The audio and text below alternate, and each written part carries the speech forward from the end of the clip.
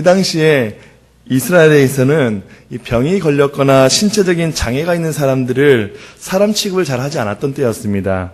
그 이유는 병든 자들 대부분이 죄 때문에, 죄로 인해서 하나님께 저주를 받았다라고 하는 전통적 생각 때문이었죠. 그래서 사람들은 그 병자들을 멀리하고 따돌렸더랬습니다. 이렇게 따돌림을 당하고 지내는 대부분의 사람들은요, 길가에 앉아서 지나가는 사람들에게 구걸을 하며 생활을 해와갔습니다. 오늘 등장하는 한 인물, 맹인 역시도 예외는 아니었죠. 예수님께서 여리고에 가까이 오실 때 맹인은 구걸하고 있었습니다.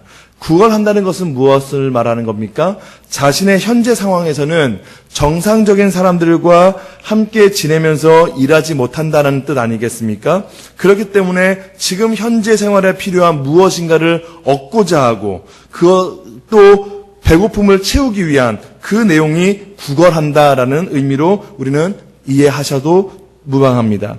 결국 이 맹인은 돈이나 또는 먹을 것을 얻고 있다, 구걸하고 있다라는 이야기가 됩니다. 근데 여러분들 한 가지 기억하셔야 될 것은요, 이 맹인은 앞을 보지 못하는 대신에 굉장히 발달된 것이 하나가 있죠. 그게 무엇인지 아십니까? 청각입니다. 맹인들에게 가장 중요한 특징은 보지 못하는 대신에 듣는 것은 굉장히 발달되어 있다라고 하는 그런 의견들이 많이 있습니다. 아주 비옥한 도시로서의 사람 살기에 좋은 이 땅 여리고, 여기에 사람들은 많은 왕래들을 하고 있습니다. 왜냐하면 여리고가 무역 도시였기 때문이기도 하죠. 이 맹인이 좋은 자리에서 오랫동안 구걸하며 지내왔던 것을 사람들이 모를 리가 없었습니다. 그리고 그 자리에서 맹인이 구걸하는 동안에 사람들이 오고 가면서 하는 이야기들을 거의 다 듣게 됩니다. 시각장애이라 보지 못하는 것을 청각이 발달되어서 그러한 이유 때문이기도 했습니다. 예를 들면 이러한 것입니다. 저만치에서 멀리 떨어져서 지나가는 사람들이 자네 그 얘기 들었나? 얼마 전에 저 아래쪽 마을에서 말이야, 손 마른 사람이 예수라고 하는 사람을 만났더니 이 곧 손이 나았다네. 이런 이야기. 아주 조용히, 로마 병사가 통치하던 시대였으니까요. 그러니까 조용히 하게, 다른 사람 들으면 안 돼, 이렇게 얘기하던 모든 이야기. 또 그 얘기 하나? 혈루증 여인이 예수님의 옷자락에 손을 대었더니 그 여인의 모든 병이 다 나았다네. 이런 이야기. 귀신을 쫓아내었다는 이야기. 오고 가는 사람들에게서 들려오는 이야기는 바로 예수님께서 고쳐주셨습니다, 내쫓아주셨습니다 라는 이야기였습니다. 그 이야기를 듣고 앉아있는 사람이 바로 오늘 등장하는 맹인입니다. 이 맹인의 마음에는 어떤 마음이 생길까요? 예수라는 분이 누구시길래, 예수님은 어떤 분이시길래 그렇게 낫게 하신단 말인가? 자신의 마음속에 그러한 소원이 없었겠습니까? 이제는 지금쯤이면 나도 예수님이라는 분을 만나고 싶다라는 마음을 갖고 있지 않겠습니까? 그럴 때였습니다. 마침 그때 사람들 움직이는 소리가 예사롭지가 않았습니다.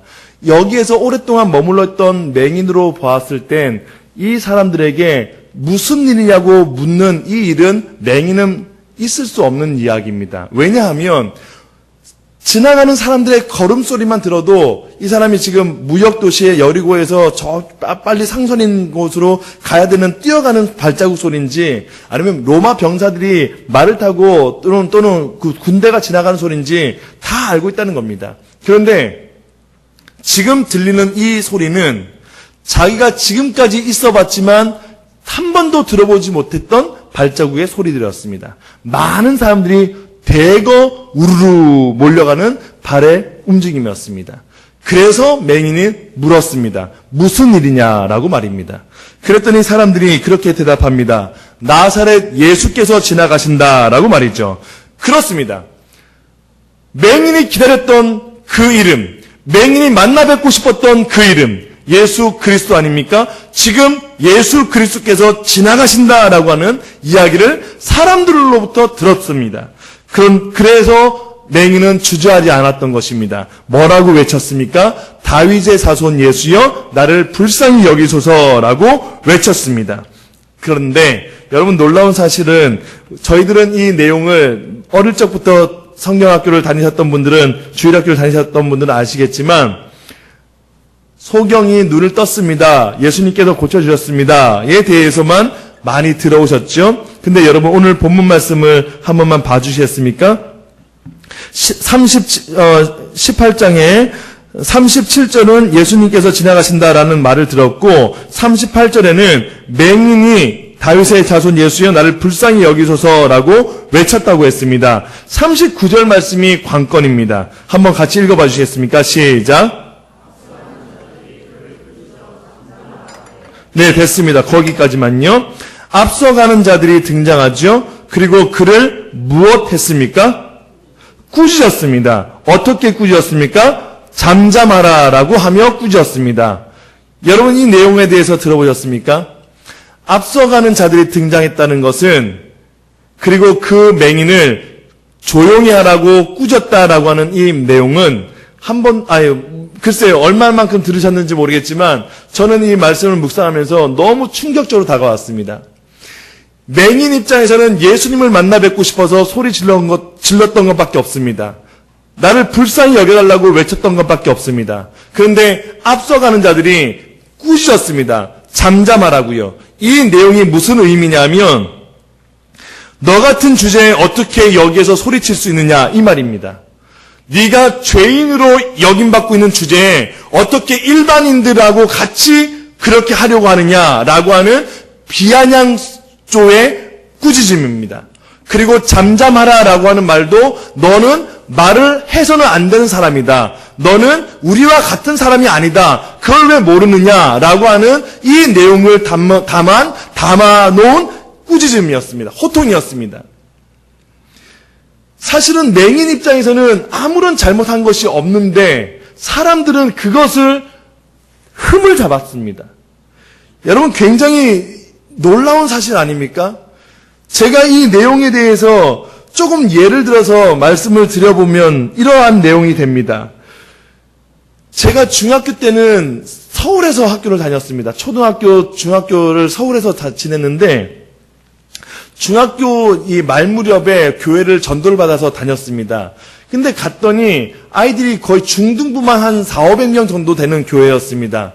그 교회에서 학생들 여름에 수련회를 간다고 그래서 제가 중3 때 여름 수련회를 장신대학교에 가서 수련회를 했던 기억이 있습니다. 그런데요, 더 놀라운 것은 이 한 300명 정도 간 아이들 가운데 저하고 중3 친구들이 많이 갔지 않습니까? 근데 이 아이들 중에 첫째 날을 잘 보내고 둘째 날이 되니까 저녁 식사할 때쯤 어떤 아이가 저에게 와갖고는 너 저녁 먹고 요 옆에 장신대 그 옆에 보면 잔디밭이 잘 조성되어 있습니다. 그리로 오라는 겁니다. 그래서 제가 중학교 2학년 때 2학년 마지막 부분에 교회를 다녔는데 이 친구들이 내가 또 처음 수련을 오니까 환영해 주려고 하는가 보다 라고 하는 내심 기대를 했습니다. 그리고는 아이들이 불러서 갔습니다. 갔더니 한 7~8명 되는 친구들이 같은 또래 아이들이 저를 맞이했습니다. 근데 제 기대와는 다른 맞이함이었습니다. 보자마자 건방지다는 겁니다. 그리고 무릎 꿇으라는 겁니다. 재수 없다는 겁니다. 그도 그럴 것이 제가 중학교 2학년 때 교회를 처음 갔을 때 성경고사인가요? 이렇게 하면 이상하게 제가 100점을 받았습니다. 그때부터 제가 목사가 될 운명이었나 모르겠는데 그때 엄청 진짜 놀라운 일이었습니다. 찬양대 하면서 찬양대에서 거의 중학교 3학년 때, 2학년 때, 3학년 때를 테너장 이렇게 하면서 제가 그것을 했었습니다. 교회 나간 지 얼마 안 된 아이가요. 그러니까 그 아이들 친구들한테는 제가 눈에 무엇이었겠습니까? 가시였습니다. 여학생들한테도 은근히 관심을 은근입니다. 은근히. 예, 알겠습니다. 예. 은근히 관심을 좀 많이 받았더랬습니다. 그러다 보니 이 아이들 중에 자기가 좋아하는 어떤 여학생이 있었는데 제가 옴으로 인하여서 자기는 관심 받 사람이 된 것이죠. 그것에 앙심을 품고 불만을 품고 친구들을 모았습니다. 저 한번 어떻게 해보자 이렇게 해서 불렀던 겁니다. 마침 기회가 좋았죠. 여름 수련회고 선생님들은 아이들 막 신경 쓰고 계실 때 우리끼리 아이들 불러서 하대 중이라는 저 친구를 반 죽여놓자. 이렇게 모의를 한 것입니다. 사실 제가 중학교 때 좀 못된 짓을 하면 지냈습니다. 교회 다니기 전에요.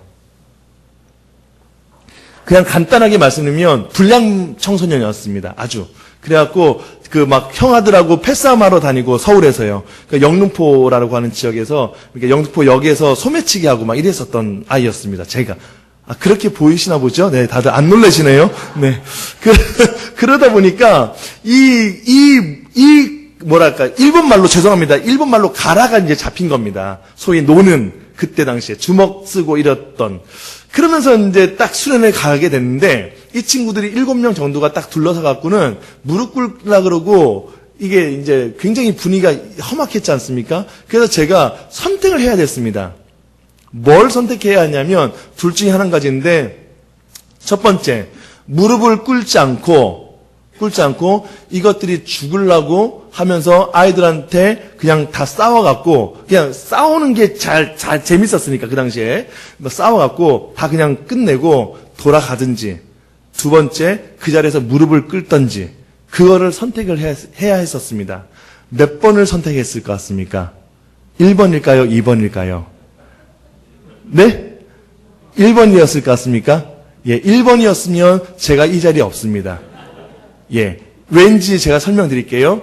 만약 1번을 선택했다. 그러면 일로 와. 다 죽었어. 하면서 막 애들 다 때렸습니다. 저는 분명히 때렸을 겁니다. 때려갖고 너희들이 이렇게 하는 이 꼴을 내가 어떻게 볼 수 있겠어. 그리고 여기가 어디야? 교회 수련회 아니야. 예? 교회 수련회에서 너희들이 이렇게 할 수 있어? 난 다시는 평생 내가 교회라는 곳을 가는가 봐라. 하면서 돌아섰을 겁니다. 그러면 저는 교회를 지금까지 안 다녔을 거예요. 그런데 제 선택은 2번이었습니다. 무릎 꿇었습니다. 그렇게 해. 때려라. 하고 맞았습니다. 진짜 많이 맞았습니다. 맞으면서 마음속에 들었던 생각은 억울한 것보다 되게 마음이 아팠었던 것이 저한테 기억이 있습니다. 왜 아팠는지 아십니까? 이 이야기를 들으면 여러분들은 혹시 어떻게 반응하실지 모르겠지만 저는 솔직한 제 심정을 말씀드리는 겁니다. 거기에 나와 있던 7명 아이들은요. 다 집사님들의 아이들이었습니다. 장로님의 늦둥이 아들도 거기에 있었습니다. 전 다 알지 않습니까? 그 아이들이 누군지. 저는 부모님이 교회를 다니지 않으셨습니다. 혼자 다녔던 것이죠. 그래놓고는 아이들이 저를 때렸습니다. 마음 같아서는 정말이었습니다. 교회에서 이렇게 해도 돼? 교회에서 진짜 수련회 때 이렇게 막 해갖고 나 친구들 때리고 이렇게 가르치는 거야? 그게 진짜 교회의 모습인 거야? 정말 그렇게 되는 거야? 너도 정말 나쁜 거 아니야? 라고 하면서 막 하소연해도 하고 싶었었습니다. 근데 그렇게 하지 않았습니다. 그러나 제 그 마음, 안타까운 마음, 교회 집사님들의 아이들이 그렇게 모여서 작당하고 나쁜 짓 하고는 이런 현장을 제가 겪었기 때문에 그것이 안타까웠습니다. 진짜 교회에서 이런 일들이 일어나면 되는 겁니까? 라고 하는 것에 대해서 여러분에게 여쭤보고 싶은 겁니다. 지금 제가 말씀드리는 것이 바로 그 상황 아닙니까? 제가 지금 잘났다라고 말씀드리는 게 아닙니다.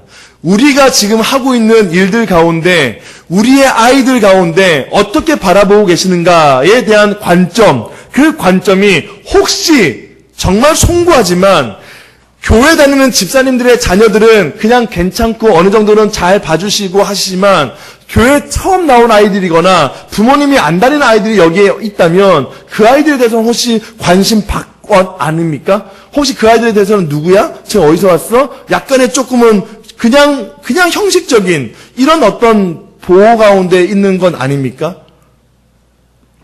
저는 제가 지금 억울해서 말씀드리는 게 아닙니다. 교회는 그런 곳이 아니지 않습니까? 그런데 그 아이들은 한번 와서 넌 어디서 왔어? 넌 누구야? 이렇게 들려오는 그 말이 교회로 하여금 멀어지게 된다면 여러분 그건 큰 잘못 아니십니까? 바로 그겁니다. 외쳤던 맹인에게 너 조용히 하라는 겁니다. 너 잠잠하라는 겁니다. 어디서 네가 여기서 함부로 말할 수 있냐는 겁니다. 어디서 네가 여기서 외칠 수 있냐는 겁니다. 안 된다라고 하는 겁니다. 하지만 맹인에게는 그게 중요한 문제가 아니었습니다. 왜냐하면 그 다음 절에서 그 다음 우리 하대 그 다음부터 읽어보시겠습니까? 그가 시작 더욱 다윗의 자손이여 나를 불쌍히 여기소서 하는지라. 그는 더욱 크게 소리 질렀다 했습니다. 여러분, 맹인이 눈을 떴습니다. 예수님께서 고쳐주셨습니다. 이것이 가장 중요한 본질은 맞죠. 맞는데 놓치고 있는 과정이 있었습니다.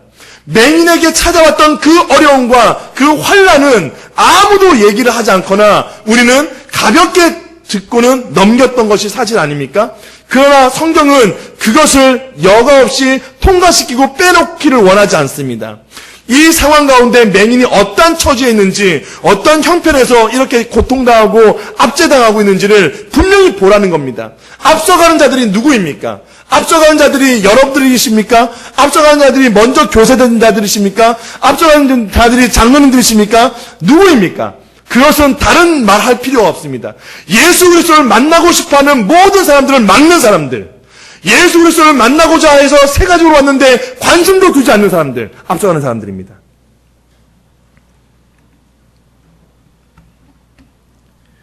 얼마나 마음이 간절했을까요? 사실 우리는 지금 그렇지 않습니까? 요즘에 아이들 전도가 안 됩니다. 전도해도 오지 않습니다. 그 오지 않는 아이들이 어떻게 해서 왔더니 교회에 와서 그렇게 관심도 받지 못하고 또는 그렇게 사랑을 받지 못하고 다시 세상으로 돌아간다면 그것만큼 안타까운 일이 어디 있겠냐는 말입니다.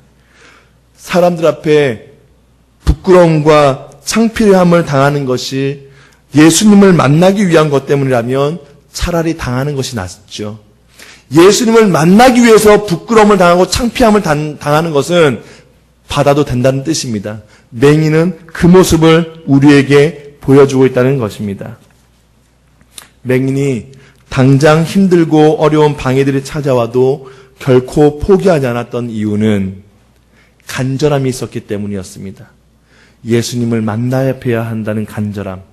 이 간절함이 없이는 예수님께서 이 맹인을 보지도 못하셨을지도 모릅니다. 진짜 그렇지 않습니까?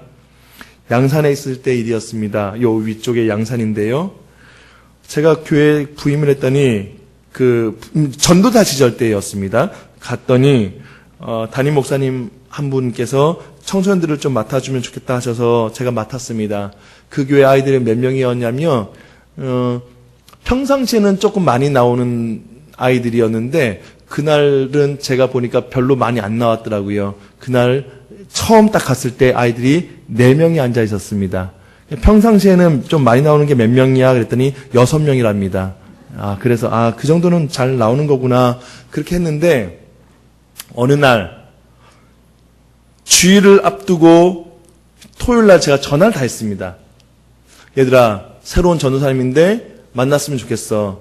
이야기 좀 할까? 라고 전화했더니 2명 학생은 집사님의 아이들이기 때문에 잘 나와서 상담을 편안하게 이제 할 수 있었습니다만 2명의 학생이 좀 문제였습니다. 한 명은 여고 1학년이었고요. 한 명은 중3 남학생이었는데 남학생은 한 2, 3개월에 한 번씩 오는 정도의 아이였고요. 여고생은 한 6개월에 한 번 정도 이렇게 연중 행사로 오는 아이였습니다. 근데 그 여고생에게 전화를 했었습니다. 조금 멀었습니다. 여러분은 잘 아시겠네요. 거리 지리적으로. 양산 그 터미널이 있는 곳이 제가 있었던 교회인데 이 아이 집은 통도사 쪽이었습니다.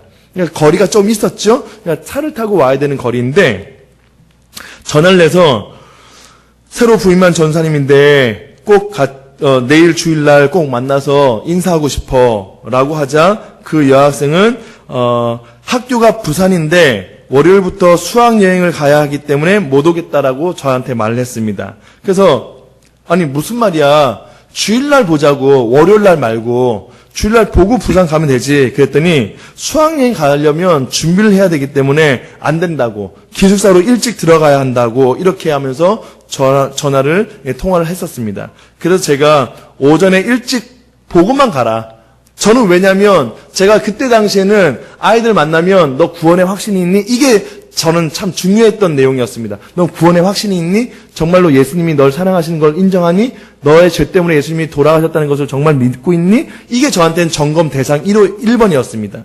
그것을 묻고 싶었던 거였습니다. 그렇게만 해도 묻고 학교 가면 좋겠어 라고 했더니 시간이 되면 갈게요. 탈칵 끊었습니다. 야, 꼭 얼굴 보고 가야 된다라고 말을 하고 싶었는데 그냥 끊었습니다. 주일날 왔을까요? 안 왔을까요? 주일날 이 아이가 왔을까요? 안 왔을까요? 안 왔습니다. 그리고 주일날 모든 예배를 마치고 저녁에 그 어머니한테, 교회를 안 다니는 분이셨습니다. 어머니한테 전화를 드렸습니다. 그랬더니 전사님 갔다고.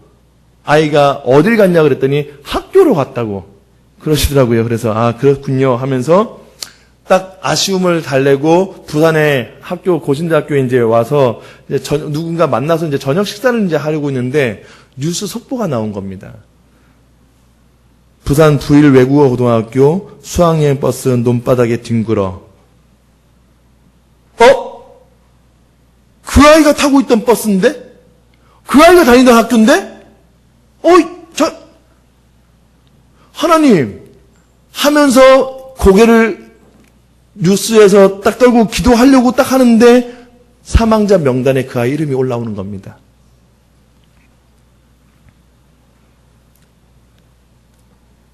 얼굴만이라도 보고 가라 그랬는데 한 번만 만나고 가라고 그렇게 얘기를 했는데 그러지 않았습니다.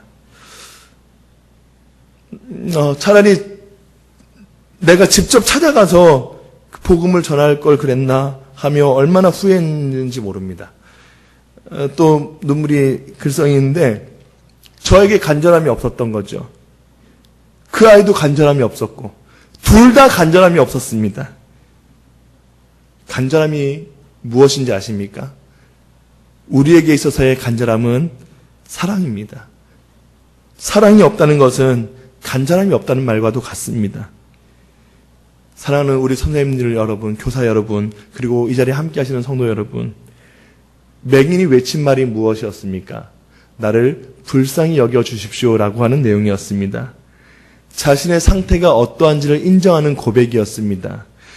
고백 중에 가장 중요한 고백은 나를 불쌍히 여겨달라는 고백입니다. 근데 왜요? 왜 불쌍히 여겨달라는 고백이 가장 중요하고 제일 좋은 고백이라고 말씀드릴 수 있을까요? 그것은요,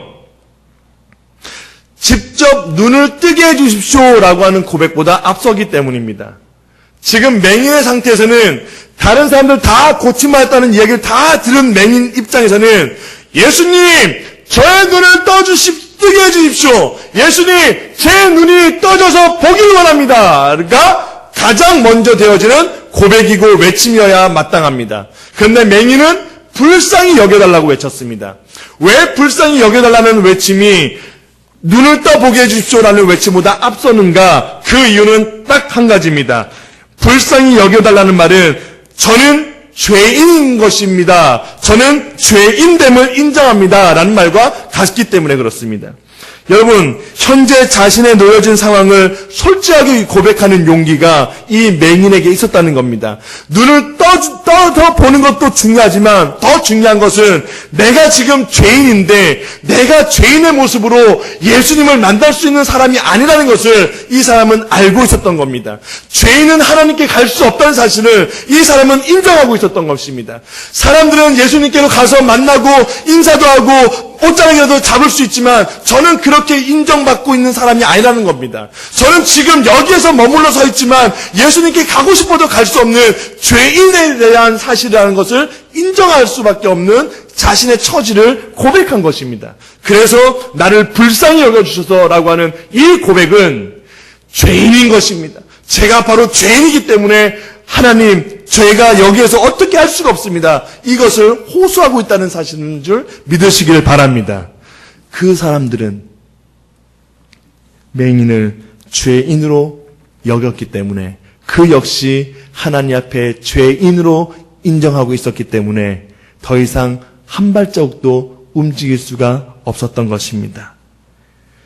예수님께서 지나가고 계시는데 자신이 죄인인 것을 고백하지 않으면 아무런 일도 일어나지 않습니다. 마음의 움직임도 없습니다. 왜 그렇습니까? 자기가 생각하는, 잘났다라고 생각하는 뭔가가 있기 때문에 그러할 겁니다. 저는요, 그 부산 부일외국어고등학교 사고가 났을 직후에 담임 목사님과 함께 김천으로 올라갔습니다.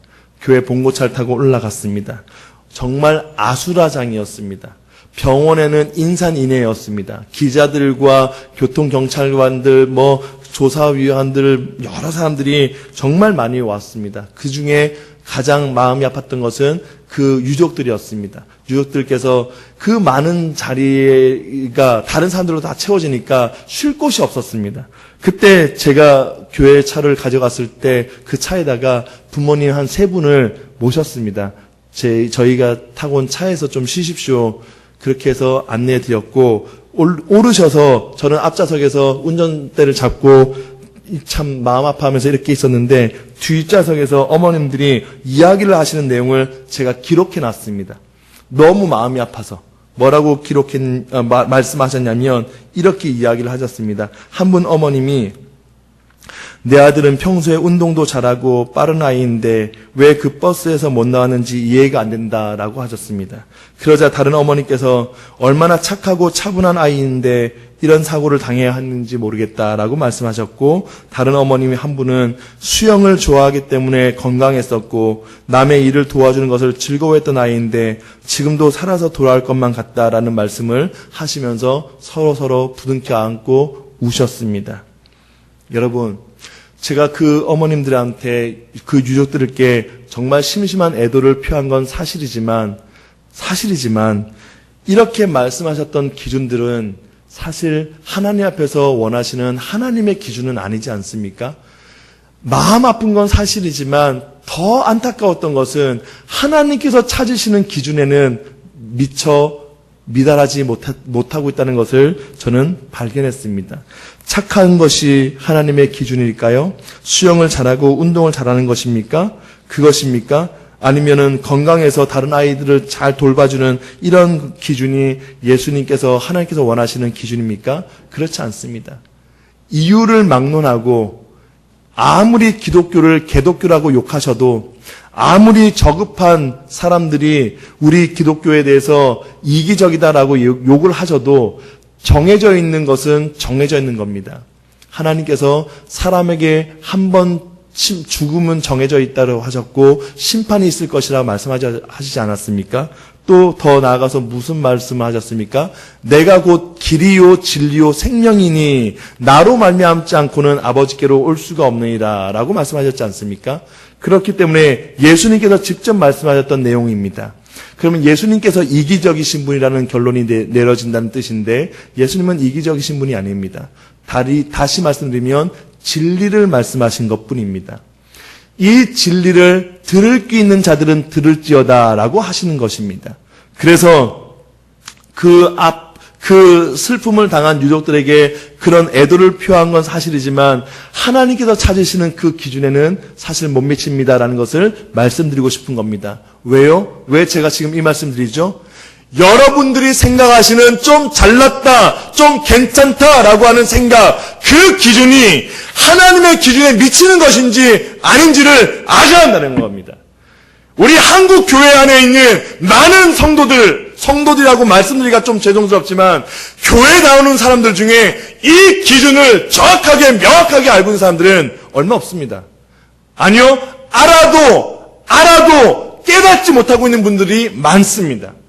선생님들은 아시지 않습니까? 이 아이들이 지금 예수 그리스도의 그 십자가의 보혈로 얼마나 자신의 죄악됨을 고백하고 있는지 그렇지 아니한지를 선생님들도 보시면 아시지 않습니까? 근데 더 문제는 뭔지 아십니까? 선생님들 안에서 그런 경험을 하신 분들이 안 계신다는 게 더 문제인 겁니다. 저는 괴로워서 답답해서 정말 힘듭니다. 얼마 전에 제가 다른 그 지역에 세미나를 하러 이렇게 갔었더랬습니다. 그런데요, 놀랍게도요, 선생님들 한 150여 분 앉아 계시는데 정말 도발적인 질문을 던졌습니다. 우리 선생님들 가운데 예수님을 진심으로 자신의 인격적으로 믿어지시는 분, 십자가에서 내 죄악 때문에 정말로 돌아가셨다는 것을 정말 믿어지시는 분, 손들어 주십시오 라고 했더니 약 150명 앉으신 분들 중에 거의 한 반 정도밖에 손을 안 드셨습니다. 이게 제 눈으로 보였던 진실입니다. 사실이었습니다. 무슨 말입니까? 이것을 거꾸로 설명드리자면 이렇게 되는 겁니다. 교사할 사람 없다. 온나. 니 해라. 아유, 된다. 숫자 채워라. 이거 아닙니까? 개인의 영적인 구원의 상태에 확신이 있는지 없는지는 점검하지 않으시고 그냥 우리 교회 교사가 필요하니까 그냥 막 해라. 이거 아닙니다. 이렇게 하시면 안 되지 않습니까? 지금 제가 말씀드린 맥락을 잘 잡고 계십니까? 여러분들이 생각하시는 그 기준, 여러분이 좀 괜찮다, 좀 잘났다 생각하시는 기준, 그것이 여러분 하나님께서 보실 때 정말 합당한 기준인지를 정말 곰곰하게 진지하게 생각하셔야 한다는 말입니다. 우리 교회가 부흥이 안 됩니다. 우리 교회가 초등부가, 중고등부가, 대학부가 이상하게 부흥이 안 됩니다. 왜 안 되는 줄 아십니까? 하나님께서는 기준을 정해주셨는데 그 기준을 말하지 않으려고 하기 때문에 그 기준을 벗어나서 여러분이 인간적인 마음을 가지고 여러분이 가지고 있던 노하우들을 가지고 뭔가 한번 해보려고 하시기 때문에 그래서 안 되는 겁니다. 전 단도직입적으로 말씀드릴 수 있습니다. 여러분의 경험을 의지하셔서 아이들을 맡으셨다면 그거 망할 길입니다. 정직하게 말씀드리겠습니다. 아마 박홍성 목사님도 지금 충격받으신 것 같은데 저에게 이런 모습이 나올 거라고는 모르셨을 것 같은데요. 저는 굉장히 강한 사람입니다. 진짜로 죄송하지만. 아이들의 영혼을 가지고 장난치시는 분들 정말 싫어합니다. 살려야죠. 얼마 전에 장로님 한 분께서 저를 따로 조용히 한번 만나 뵙자고 이렇게 하셔갖고 찾아뵀습니다. 그랬더니 하시는 말씀 목사님 우리 교회 아이들이 숫자가 안 늡니다. 목사님께서 2년 전에 오셔갖고 많이 늘 줄 알았는데 기대 밖의 결과입니다. 이번 여름 수련회 때 지원비를 한 분께서 그러시는 거예요. 그래갖고 재정을 맡으신 장로님이신데 그래서 저보고 이렇게 말씀하시더라고요. 그냥 편안하게 솔직하게 말씀하시더라고요. 그래서 이번 여름 수련회 때 재정을 줄이려고 합니다. 목사님 이해하십시오. 이렇게 말씀하시더라고요. 근데 여러분 제가 이렇게 하면 재정 깎이고요. 그냥 힘없이 넘어갔을지 모르겠습니다만 저는 그렇지 않았습니다. 정중하게 예의를 갖춰서 장로님께 말씀드렸습니다. 제가 들려드리는 내용을 들어보시고 판단은 여러분들이 한번 해봐 주십시오. 장로님께서는 재정을 담당하고 맡으시기 때문에 충분히 저에게 이렇게 말씀하실 수 있는 것이다. 저는 인정합니다. 그렇지만 장로님으로서 보시는 관점은 조금은 바람직하지 않은 것으로 저는 인정되고 있습니다. 장로님 놀라시더라고요. 그게 무슨 말입니까? 이러시더라고요. 재정을 맡으셨기 때문에 하시는 일이라고는 인정하지만 장로님께서는 아이들의 숫자를 가지고 평가하시고 판단하시는 것은 바람직하지 않지 않습니까? 예전에 우리 교회는 중등부 따로 고등부 따로였었습니다. 근데 중등부 한 15명, 20명 나왔고 고등부가 한 30명, 40명 정도 나왔었습니다. 근데 합쳤더니 한 60명, 70명 나올 줄 알았는데 이제 합쳐도 40명, 50명밖에 나오지 않습니다. 이런 상황이 된 겁니다. 제가 갔을 때 합치게 된 거죠. 그러니까 장로님께서 인원이 안 는 것에 대해서는 저가 말하는 겁니다 라고 하자 제가 그렇게 말씀드렸습니다. 장로님, 중고등부 예배에 와보시면 좋겠습니다. 옛날에 진짜 고기 안 들고 밑에서 폰 가지고 장난치고 다른 아이들하고 잡담하고 있던 그런 아이들의 모습인지 아니면 지금 와서 보시면 어떻게 예배 드리고 있는 아이들인지 한번 봐주시면 좋겠습니다. 그것이 바로 장로님께서 하셔야 될 일 아니겠습니까? 인원이 느는 것만 원하시는 것이 소원이시라면 그렇게 해드리겠습니다. 근데 저는 그게 우선이 아니라고 생각합니다.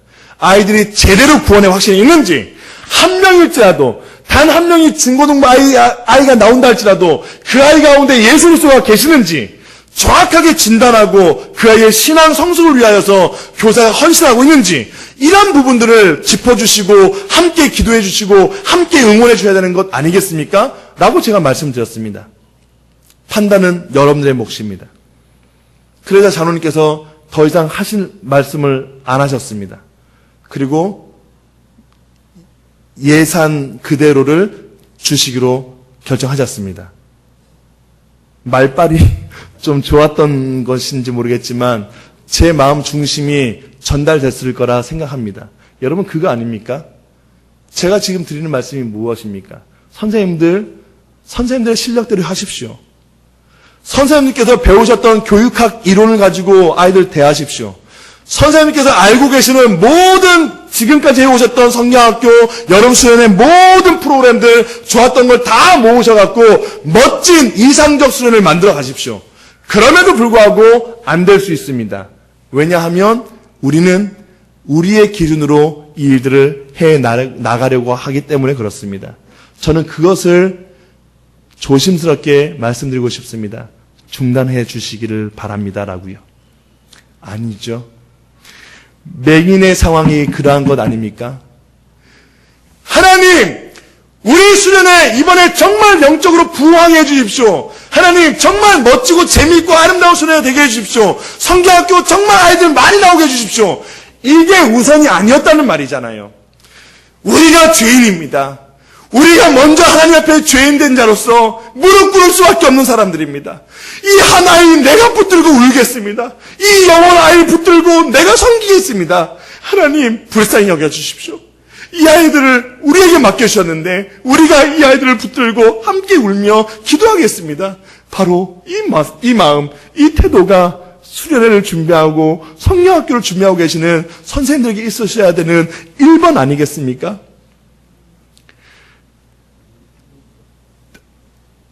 지난 2년 전이었습니다. 경기도에 있는 지역에서 아이들 고신측 교회에서 500명 중고등부를 모아놓고 집회를 하는데 와달라고 하셔갖고 갔습니다. 제가 이 예언만 마치고 좀 마무리하고 이제 말씀을 맺으려 합니다. 갔는데 아이들이 500명이 앉아있으니까 진짜 막 너무너무 분위기가 이게 왁작지껄 하더라고요. 그래서 제가 말씀을 딱 전할 때 그렇게 했습니다. 똑바로 앉아 이 자식들아. 딱 그러니까 애들이 갑자기 조용해지더라고요. 니들이 하나님의 말씀을 들으면서 이따위로 들을 거야? 이렇게 하려 하다가 주변에 또 목사님들도 계셔갖고 그렇게까지는 못하고 얘들아 이건 아니잖아. 이건 아니야. 응? 말씀을 잘 들어야지. 이렇게 이제 처음엔 부드럽게 이제 했습니다. 하다가 나중에 조금씩 강도가 지나갈수록 너희들의 진짜 중요한 핵심 수련회의 가장 중요한 건 예수님을 만나는 일이야. 하나님께서 그걸 원하고 계셔. 그러면서 500명 아이들이요 갑자기 한순간에 초조해지는 거예요. 그래서 복음을 실컷 전했습니다. 전하고 3박 4일인데 3일 동안 저녁을 팍 전해놓고 그래서 제가 부산으로 왔습니다. 그러던 올해 4월 18일, 제가 날짜를 딱 정확하게 기억합니다. 4월 18일 문자 한 통을 받았습니다. 목사님, 세월호 안에 그때 참석했던 아이 2명이 갇혀 있습니다. 제가 갔던 지역이 안산 쪽에 있었던 교회도 있었거든요. 그 문자를 딱 보고는 너무 마음이 아팠습니다. 목사님, 저를 섭외하셨던 목사님이셨거든요. 목사님, 계속 기도하고 있습니다. 왜냐하면 그때 10월 18일이었으니까 아직은 뭔가 희망이 있을 거라고 했던 때 아니었습니까? 목사님,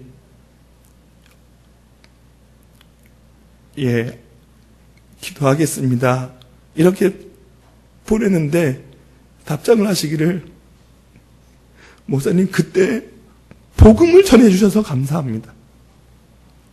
예수님을 소개해 주셔서 감사합니다. 제가 얼마나 눈물이 났는지. 여러분, 우리 한국교회가 왜 이렇게 됐습니까? 언제부터 우리에게 복음이 저 밖으로 밀려가고 있습니까? 언제부터 성경학교가 재미 위주가 되었습니까? 교사 세미나 하면서 여러분 여름 성경학교 하면 떠오르는 거 말씀해 보십시오 하면 뭐 간식, 물놀이, 뭐 레크레이션, 뭐 찬양, 율동 모든 걸 막 말씀하시는데 제가 반전에 답변을 드렸지 않습니까? 여름 성경학교 하면 생각나는 떠오르는 거 말씀해 달라고 했더니 왜 성경은 말하지 않으십니까? 그랬더니 아무 말도 못 하시던데요. 여름 성경학교 그랬더니 왜 성경은 아무도 말하지 않으신지 저는 그게 이해가 안 됐던 겁니다. 여름 성경학교 하시면 성경 가르쳐 주십시오. 예? 아니면 차라리 이름을 바꾸시든지 여름 캠프로 바꾸시든지. 성경학교 아니잖아요. 성경 안 가르치시는데 무슨 성경학교입니까? 그래서 여러분들에게 정중하게 부탁드리려고요. 말씀으로 승부해 주십시오. 이번 여름 모든 계획 다 세우셨겠지만 말씀으로 승부해 주십시오. 저는 하늘의교회는 제가 인정하는 교회입니다. 우리 목사님께서 얼마나 그 말씀 중심으로 하시려고 하는지 제가 교제를 해보면서 알게 된 귀한 분이니까요. 지금 제가 세미나 하는데도 강사로 제가 모셔서 이렇게 하는데 목사님 돌아가시고 나면 대구로 돌아가시고 나면 그 남아있는 사람들 중에 회자가 되고 있습니다. 뭐라고 되냐면 어떻게 이렇게 어려운 내용을 쉽게 정말 우리한테 와닿게 설명하시는지 모르겠다고. 전 진짜로 제가 그 이야기를 듣고 있는 중 아닙니까? 여러분 하늘교회는 그래도 제가 압니다. 우리 강 전사님이 2년 전에 제 회심 순회할 때 오셨던 분이고 하기 때문에 아이들도 알고 있기 때문에 저는 인정을 하지만 혹시나 높아심해요. 정말로요. 혹시나 그렇게 하다가 하니까 안 되던데요. 말씀으로 하려고 하다 보니까 너무 힘든데요. 또 이렇게 생각하실까 봐. 그거 말고요. 그거 그렇게 하지 마시고요. 마지막 부탁입니다. 나를 불쌍히 여기소서. 그거 하셔야 된다는 거예요. 나를 불쌍히 여기소서. 내가 죄인입니다. 이걸 먼저 하셔야 한다는 거예요. 아무리 많은 좋은 프로그램 가지고 하려고 하지 마시고요. 이거부터 하자는 거예요. 그래서 함께 선생님들께서 다른 세미나 하지 마시고 다른 세미나는 그건 다음 순서예요. 1차적인 세미나는 이거예요. 이거. 그래서 오늘 맹인이 예수님을 만났지 않습니까? 눈을 떴지 않습니까? 근데 더 놀라운 사실, 이게 시간이 좀 아쉬운데 조금만 한 2, 3분만 더 해도 괜찮겠습니까? 괜찮을까요? 예, 여러분들도 지금 안타까우시죠? 예. 이게 무슨 말씀이냐면 이 맹인이 눈을 떴습니다. 결국엔 눈을 떴는데요. 사실 그 뜨기 전의 과정 속에 예수님께서 이렇게 그 맹인에게 물었습니다. 오늘 제목이에요. 너에게 뭐 해주기를 원하니? 이겁니다. 여러분 예수님이 모르실 리가 없는 분 아니십니까? 눈 떠보기를 원하는 게 예수님께서 다 아시는 내용이 아닙니까? 근데 물으셨습니다. 왜 물었는지 아십니까? 잘 생각해 보십시오. 맹인은 제 눈을 떠보기를 원합니다 라고 대답했습니다. 예수님 다 아셨던 것이죠. 잘 생각해 보세요. 맹인이 구걸할 때는 무엇을 얻었던 사람이었습니까? 돈이나 먹을 것이었습니다. 그렇죠? 근데 예수님께서 너에게 무엇 하여 주기를 원하니? 라고 했을 때는 무엇을 구했다고요? 눈을 떠보기를 원했습니다. 이걸 구했습니다. 대상이 달랐습니다. 사람들이 지나갈 때는 돈이나 먹을 걸 구걸했지만 예수님께서 무엇을 원하냐라고 했을 때 우리의 상식으로는 예수님 많은 돈을 주십시오. 많은 먹을 걸 주십시오. 라고 요청하는 것이 구걸하는 맹인의 입장에서는 합당한 요구사항이었을 겁니다. 그런데 예수님께서 무엇을 원하는지를 묻자, 예, 저는 먹을 것이나 돈이 아니라 저에게 있는 본질적인 문제, 눈을 떠서 보기를 원하는 것을 구합니다. 라고 답변 드렸습니다. 여러분, 바로 그것입니다. 이것에 대한 내용이 무엇입니까?